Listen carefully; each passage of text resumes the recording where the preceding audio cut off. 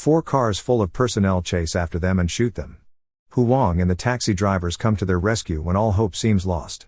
They hinder the military and put a distance between Kim and them.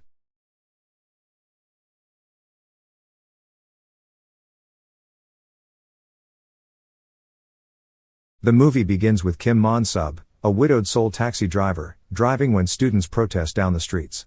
They oppose the dictatorial Chun Doo-hwan rule, and the military frequently detain them. As a result, he frequently gets stuck in traffic and is involved in accidents. Furthermore, as the military implements martial law and curfew, he loses business. However, he keeps up and continues to learn new things, particularly about alternative paths. Kim, a single parent, does this every day to provide for his only daughter. Despite the lack of affection, his daughter understands the situation and loves him very much. On the other hand, Jürgen Peter Hinz Peter, a West German journalist specializing in post-war broadcasting services, learns from other reporters that the riot in South Korea has worsened. So he goes to the nation and disguises himself as a missionary to get admittance to the church. He quickly meets with a local reporter in Seoul to assess the situation. To his astonishment, a city in the country named Gwangju has the worst martial law. Because there's no access to Gwangju, no one outside the city knows what's happening there. And that the government even censors the whole front page of the local newspaper to conceal the truth. He's inspired to enter the city and expose the lie when he hears this. In the meantime, Kim gets treated to lunch by a friend. Suddenly, another driver informs him that a foreigner is looking for a taxi driver to transport him to Gwangju for 100,000 Korean won. Attracted by the money, Kim rushes to the meeting point to pick up the foreigner, who is, in fact, Peter. He assumes the other driver's identity and presents himself to Peter. Despite Kim's mediocre English, Peter accepts him. Unbeknownst to Kim, he's about to enter one of the most dangerous cities in South Korea. Upon entering Gwangju, the military confronts Kim and Peter. Kim immediately turns back and tries to convince Peter that they should return to Seoul, as he doesn't know about the city's condition. However, Peter threatens only to pay him if they get into Gwangju today. Kim reluctantly looks for an alternative route into the city and drives through. Despite his effort, the military confronts them once more. Fortunately, Peter poses himself as an essential businessman, and they manage to convince the military to let them pass. Inside Gwangju, Kim asks for an advance payment, and Peter pays him half the agreed amount. Then they travel across the city and discover the deserted streets and that all the stores are closed. Kim denies the severity of the city's situation, believing that the recent riots result from students who only go to school to protest, partly due to disinformation in the press. Peter starts filming with his camera, and the two men meet the student protesters riding a pickup truck, where the group leader, Yang Pyo, invites Peter aboard. Fortunately, one of the students, Gu Jae-sik, is fluent in English. The students celebrate and yell as they believe Peter can assist them in exposing the military administration. They also express their gratitude to Kim, who has put himself at risk to get Peter into the city. Then, Peter and the students plan to go to the hospital. However, Kim doesn't want to risk his automobile in the commotion, so he takes a U-turn and prepares to leave Peter. On the way, an older woman begs him to drive her to the hospital so she can look for her son. She expresses concern for her son's safety because the military has been injuring and even killing protesters in the past few days. In the busy hospital, the reporters and the local taxi drivers don't get along, as the reporters can't expose any of the military's genocide. On the other hand, taxi drivers usually help injured protesters and even damage their cars. Kim and the old lady enter the hospital to find the rooms full of injured and deceased protesters. Then, it turns out that the old lady's son is Yang Pyo, who's in the hospital with minor injuries. Later, Peter and Jae-sik confront Kim about leaving them earlier. In addition, Peter accuses him of stealing the equipment left in the back seat of his car. Kim then tries to reason his way out, but the local drivers and students reject his reasoning. As a result, he restores Peter's advance payment and vows to accompany him until the end. Later, Kim is surprised to receive free gas at the gas station. Jae-sik explains that taxi drivers are considered heroes. Because they're transporting injured protesters to the hospital, even if they know there's a chance the military will arrest them. After hearing this, Kim starts to see the condition and empathizes with the protesters and citizens of Gwangju. The people even warmly welcome him for bringing Peter into the city. The people make way for him, applaud them, and even give them homemade food. Then, the three go to a rooftop to get holistic footage of the riot. There, they befriend a local reporter. The reporter warns them that a foreign journalist isn't welcome there and that the military will hunt them down. He also says that not only Peter but also Kim and Jae-sik are in danger. On the ground, the people and the military start to clash. They witness the police hitting many people and even ganging up, regardless of their age and gender. Then, they see soldiers drag injured protesters to finish them off later. Moments later, despite the local reporter's advice, Peter and Jae-sik continue downstairs to grab better footage and help the injured. As Peter's condition worsens, Kim tries to save him, but he lashes out at him for intervening. Unbeknownst to him, officers from the Defense Security Command have disguised themselves as citizens and set their sights on Peter. Fortunately, they can flee safely. At night, Kim and Peter plan to get back to Seoul. Before separating, Peter assures Jae-sik that the world will see the crimes done in Gwangju. However, Kim's taxi breaks down, and Hwang Tae-sul, one of the local taxi drivers, meets them. Later, Hwang tows the cab to his shop for overnight repair. Kim then expresses his concern for his daughter's safety and gets anxious about it. Unfortunately, he can't call his daughter as the connection lines in the city have been cut off by the military. Due to the language barrier, Peter thinks Kim is anxious about the repair cost, so he insensitively pulls out his wallet. On the other hand, Kim blames the situation on Peter, and they get into a fight. After some time, Kim eventually gives in and accepts fate. Meanwhile, the military has identified Peter and plans to capture him and Kim.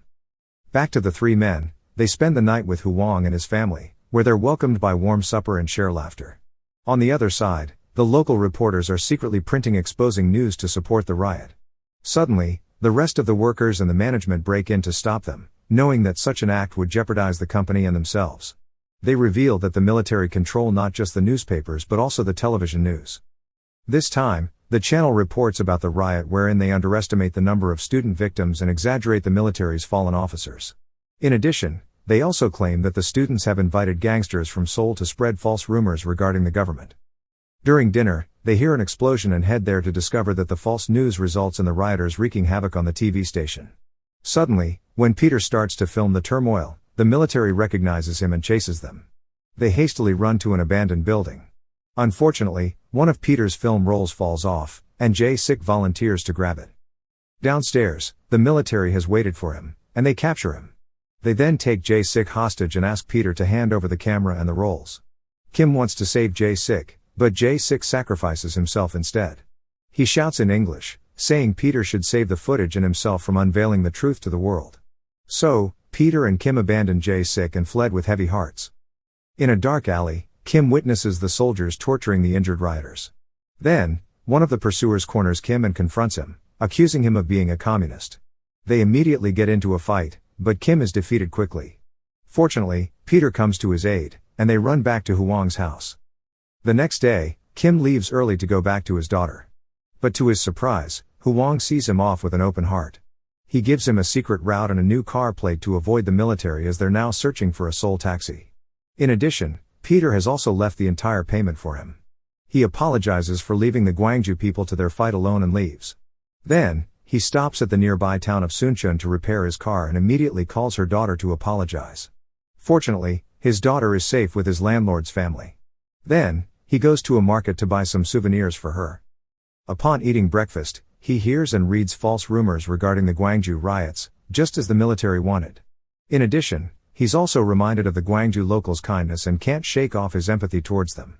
He follows his heart and calls his daughter once more to apologize, as he'll endanger himself again by returning to Gwangju.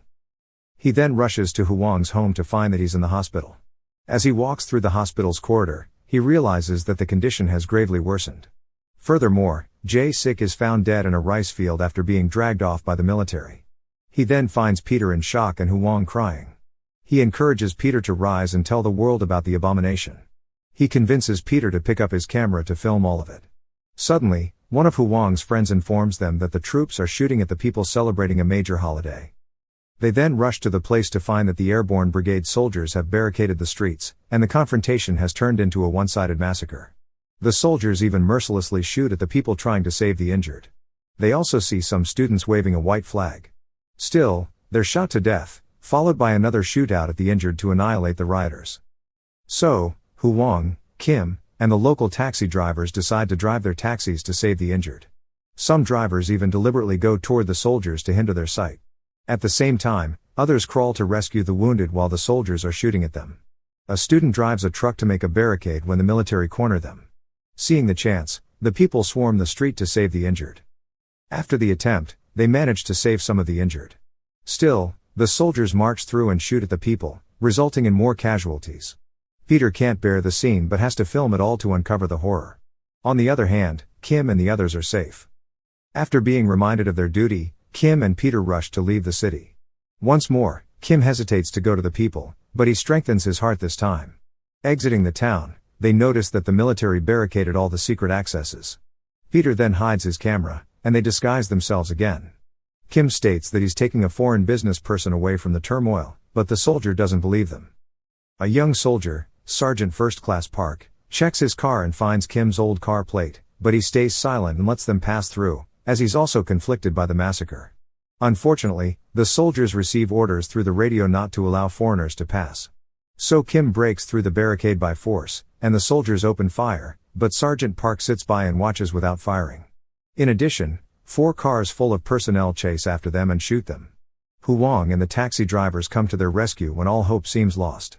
They hinder the military and put a distance between Kim and them. Despite being shot at, they prioritize Kim and Peter's safety. One by one, the taxi drivers get into accidents and are annihilated. After some time, Huang lets the two go and drives backward to ram himself into the pursuing cars. Later, Kim and Peter manage to get out at the sacrifice of the innocent lives of Gwangju. In the airport, Peter outsmarts the security by booking 2 flights under his name to divert their attention. He hides his film rolls in metal containers. Lastly, he asks for Kim's full name and phone number to repay him once he fully publishes his recordings. However, Kim doesn't want it but eventually writes his name and phone number in Peter's notebook. They then hug their unexplainable bond and say their final goodbye. Moments later, Kim comes home to his daughter, who has been waiting for him. After some time, Peter shares the footage with his superiors, spreading the news worldwide. After that, he searches for Kim Sabak only to learn that Kim provided a false name and phone number. 23 years later, Peter received a Human Rights Award in South Korea for his publication on the Gwangju uprising. In his speech, he expresses his gratitude to Kim Sabak and hopes to see him again someday. Then, Kim, still a taxi driver, reads a newspaper article about Peter's speech and achievements, including his gratitude towards him. However, Kim murmurs that he's more grateful to Peter and that he misses him too. Later, Peter tries to search for Kim, but he dies in 2016 before they can meet again. The movie ends with the footage of the honest Peter, who thanks Kim Sabak. Thank you for watching. Subscribe for more videos like this to help the channel out. Have a nice day.